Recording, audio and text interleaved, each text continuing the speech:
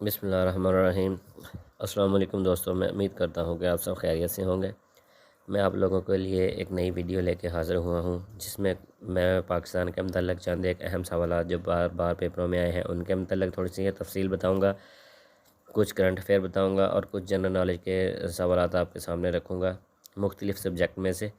मैं उम्मीद करता हूँ कि आप लोगों को मेरी वीडियो पसंद आएगी। जिन दोस्तों ने अभी तक मेरा चैनल सब्सक्राइब नहीं किया वो मेरे चैनल को सब्सक्राइब कर लें, ताकि मेरी आने वाली हर नई वीडियो आप तक आसानी के साथ पहुँच सके। तो चलो चलते हैं अपने पहले सवाल की तरफ। तो पहला सवाल है जी, Radcliffe is the border between, कि रेड क्लिफ जो बॉर्डर है वो किन मुल्कों के दरमियान है।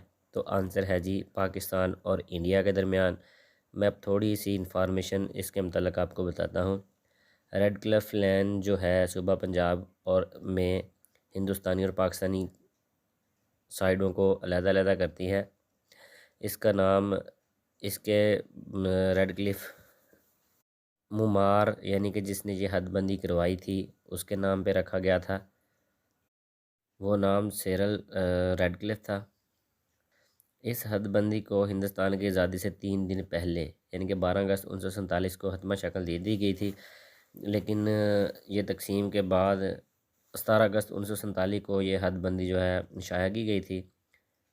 रेड क्लिफ लैन का जो मगरबी हिस्सा है हिंदुस्तान और पाकिस्तान की सरहद के तौर पर काम करता है। मशरक़ी तरफ का हिस्सा जो है हिंदुस्तान और बांग्लादेश की सरहद का काम करता है। और रेड क्लिफ जो है वो बरसगीर में 8 जुलाई 1947 को आया था, और जैसे ही वो बरसगीर में आया तो उस वक़्त की हुकूमत जो ब्रिटिश थी उन्होंने इनके ज़िम्मे ये काम लगाया था कि वो पाकिस्तान और इंडिया के दरमियान हदबंदी करवाएं। बांग्लादेश तो बाद में क़याम में आया था, पहले पाकिस्तान और इंडिया ही अलग-अलग ममालिक बने थे और उनकी ही उन्होंने हदबंदी की थी। नेक्स्ट क्वेश्चन है जी, Godwin Austen is the original name of K2। K2 क्या है? K2 पाकिस्तान की बुलंद तरीन पहाड़ी है, और गॉडविन आस्टन जो है इस पहाड़ी का ओरिजिनल नाम है। ये नाम इसलिए पड़ा कि गॉडविन आस्टन जो था वो पहला आदमी था जिसने K2 को सर किया। K2 पहाड़ी की जो चोटी है उसकी बुलंदी 8,611 मीटर है, जो कि 28,251 फुट बनती है। और K2 दुनिया का दूसरा बुलंद तरीन पहाड़ भी माना जाता है। पहले नंबर पे माउंट एवरेस्ट का नाम आता है। K2 एक वहशी पहाड़ के तौर पर भी जाना जाता है। 1953 में अमेरिकी कोपमा ने नामा निगारों को बताया कि ये एक वहशी पहाड़ है, ये आप लोगों को मारने की कोशिश करता है। इस पर चढ़ने वालों के मतलब मशहूर है कि हर 4 बंदों में से ये एक बंदे की जान ले लेता है। नेक्स्ट क्वेश्चन है जी, Siachen glacier is the longest glacier of Pakistan. Glacier एक ऐसे इलाके को कहते हैं जहाँ पर बर्फ़ जमी रहती है, जो कि एक या एक से ज़्यादा मौसमों में जमी रहे, ऐसी जगह को ग्लेशियर कहते हैं। ये ग्लेशियर जो है दुनिया के सबसे तवील पहाड़ी ग्लेशियर्स में से एक है। ये पाकिस्तान और भारत के बॉर्डर के दरमियान जो पहाड़ी सिलसिला कराकोरम रेंज में वाक़या है। इसकी टोटल लंबाई 76 किलोमीटर है, जो कि 47 माइल्स बनती है। ये कराकोरम रेंज में सबसे लंबा ग्लेशियर है और दुनिया के लंबे तरीन ग्लेशियर में से दूसरे नंबर पे आता है। और पहले नंबर पे नाम आता है दी ग्लेशियर ऑफ भूटान का, जो सुनने में आया है कि आबादी के या सतह के कुल रकबे में से तकरीबन 3% बनता है, और भूटान के सारे दरियाओं को पानी उसी में से जाता है। और यहाँ पे मैं एक बात आपको बताता चलूँ कि आजकल ये सवाल पुराने हो चुके हैं कि लॉन्गेस्ट ग्लेशियर या सेकंड लॉन्गेस्ट ग्लेशियर। अब पूछा जाता है सवाल पीपीएससी या एफपीएससी में तीसरे, चौथे या 5वें नंबर का। जैसे पहले पूछा जाता था कि पाकिस्तान का पहला वज़ीर आज़म कौन था, अब ये नहीं पूछते कि पाकिस्तान का पहला वज़ीर आज़म कौन था, ये पूछते हैं कि पाकिस्तान का कम अरसा वज़ीर आज़म रहने वाले वज़ीर आज़म का नाम बताएं, या फिर 5वां वज़ीर आज़म कौन था, या 10वां वज़ीर आज़म कौन था, या पाकिस्तान का जो मौजूदा वज़ीर आज़म है वो कौन से नंबर वाला है, जैसे कि 21वां 22वां ऐसे सवालात पूछे जाते हैं। ये देखें, ये नेक्स्ट क्वेश्चन इसी तर्ज का आ गया। Who was the prime minister after Liaquat Ali Khan, के लियाकत अली ख़ान के बाद आने वाला वज़ीर आज़म कौन था। तो आंसर है जी ख्वाजा निज़ामुद्दीन। तो ये पाकिस्तान के दूसरे गवर्नर जनरल भी रह चुके हैं। पाकिस्तान के दूसरे प्राइम मिनिस्टर भी रह चुके हैं। Chief minister of East Bengal भी रह चुके हैं। प्राइम मिनिस्टर ऑफ बंगाल भी रह चुके हैं। प्रेसिडेंट ऑफ मुस्लिम लीग भी रह चुके हैं। ये 19 जुलाई 1894 में पैदा हुए, ढाका में बंगाल प्रेसिडेंसी में पैदा हुए और 22 अक्टूबर 1964 में वफ़ात भई 70 साल की उम्र में।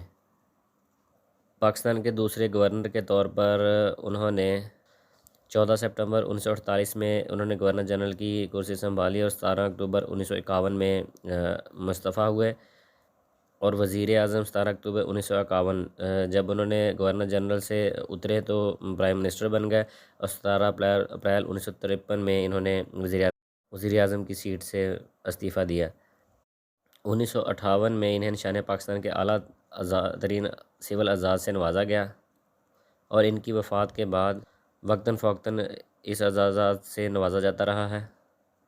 1934 के करीब इनके पास तकरीबन 20,000 एकड़ के रकबाजात मौजूद थे, जिनकी सालाना किरायाजात या सरमायाकारी $1,20,000 के करीब बनती थी। नेक्स्ट क्वेश्चन है, Asian development bank ADB headquarter is located in. Answer है जी मनालिया। इस बैंक की बुनियाद 19 दिसंबर 1966 में आज से 55 साल पहले रखी गई थी। इसमें तकरीबन 68 कंट्रियों की या मुल्कों की पार्टनरशिप है या मेंबरशिप है। इसके जो प्रेसिडेंट है उसका नाम है मसात्सुगु आस्कवा, जो कि 17 जनवरी 2020 से इसके प्रेसिडेंट हैं। नेक्स्ट क्वेश्चन है जी, who invented the smallpox vaccine. कि स्मॉल पॉक्स की जो वैक्सीन है वो किसने ईजाद की थी? तो आंसर है जी एडवर्ड जीनर ने।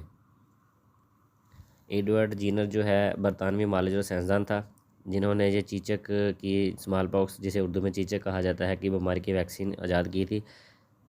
एडवर्ड जीनर ने 1796 में ये वैक्सीन तैयार की थी। एडवर्ड जीनर 17 मई 1749 में पैदा हुआ इंग्लैंड में और 26 जनवरी 1823 में 73 साल की उम्र में वफ़ात पाई। अब कुछ सवालात मैं बताऊंगा आपको करंट अफेयर्स के मतलब। तो पहला सवाल है जी, करंट PM ऑफ इटली, यानी कि current prime minister of Italy is कौन है? तो आंसर है जी मारियो द्रागी। मारियो द्रागी साहब इटालवी माहिर तलीम और सरकारी मुलाजम हैं, जो कि 13 फरवरी 2021 से इटली के वज़ीर आज़म हैं। और इनसे पहले गुएस्पी कॉन्टे साहब थे वज़ीर आज़म। जो मौजूदा मारियो ड्रैगी साहब हैं, ये इससे कबल 2011 से 2019 तक यूरोपीय मरकज़ी बैंक के सदर रह चुके हैं। मैं अब सब लोगों को की डेट ऑफ बर्थ और डेट ऑफ डेथ बताऊंगा तो वीडियोस बहुत ज़्यादा लंबी हो जाएगी, इसलिए मैं अब सिर्फ इनकी मुख्तसर सी तफसील बताऊंगा और अगले सवाल की तरफ चलता जाऊंगा।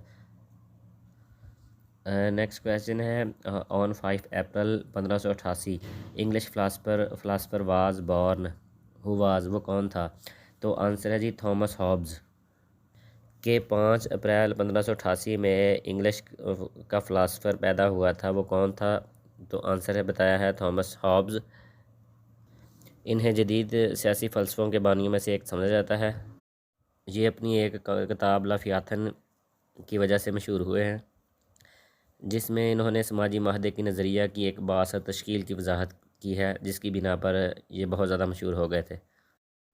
ये 5 अप्रैल 1588 में पैदा हुए, 4 दिसंबर 1679 में वफ़ात पाई यूनाइटेड किंगडम में। नेक्स्ट क्वेश्चन है जी, when Ross Taylor got retired from cricket. जो क्रिकेट खेलते हैं उन्हें पता होगा कि रोज टेलर कौन है। तो न्यूजीलैंड के साबिक़ कप्तान भी रह चुके हैं, बहुत अच्छे बैट्समैन थे। ये 8 मार्च 1984 में पैदा हुए, 38 साल की उम्र में ये अभी ज़िंदा हैं। हाल ही में इन्होंने क्रिकेट की हिस्ट्री से रिटायरमेंट ली है और रिटायरमेंट 4 अप्रैल 2022 में ली है, आज से कुछ दिन पहले। नेक्स्ट क्वेश्चन है जी, when Supreme Court of Pakistan restored National Assembly, के जो तहरीक अदम अतमाद और असम्बलियाँ वज़ीर आज़म साहब ने तोड़ी थी, उनको सुप्रीम कोर्ट ने कब बहाल किया है? तो आंसर है जी 7 अप्रैल 2022 को। नेक्स्ट क्वेश्चन भी इसी के मतलब है, who was in 5 member bench. कि उस बेंच में 5 मेंबर कौन थे विच रिस्टोर्ड नेशनल असम्बली, जिन्होंने ये असम्बली बहाल की थी। तो आंसर है जी पाकिस्तान के chief justice of Pakistan Umar Ata Bandial साहब, जस्टिस एजाजुल हसन साहब, justice Mazhar Alam Mian Khel Sahab, justice Munib Akhtar and justice Jamal Khan Mandokhel. इन 5 बेंच मेंबर्स ने असम्बली को दोबारा बहाल किया है। तो आज की वीडियो मेरी यहाँ तक थी। जिन दोस्तों ने अभी तक मेरा चैनल सब्सक्राइब नहीं किया मेरे चैनल को सब्सक्राइब कर दें। आज के लिए इतना ही। अल्लाह हाफिज़।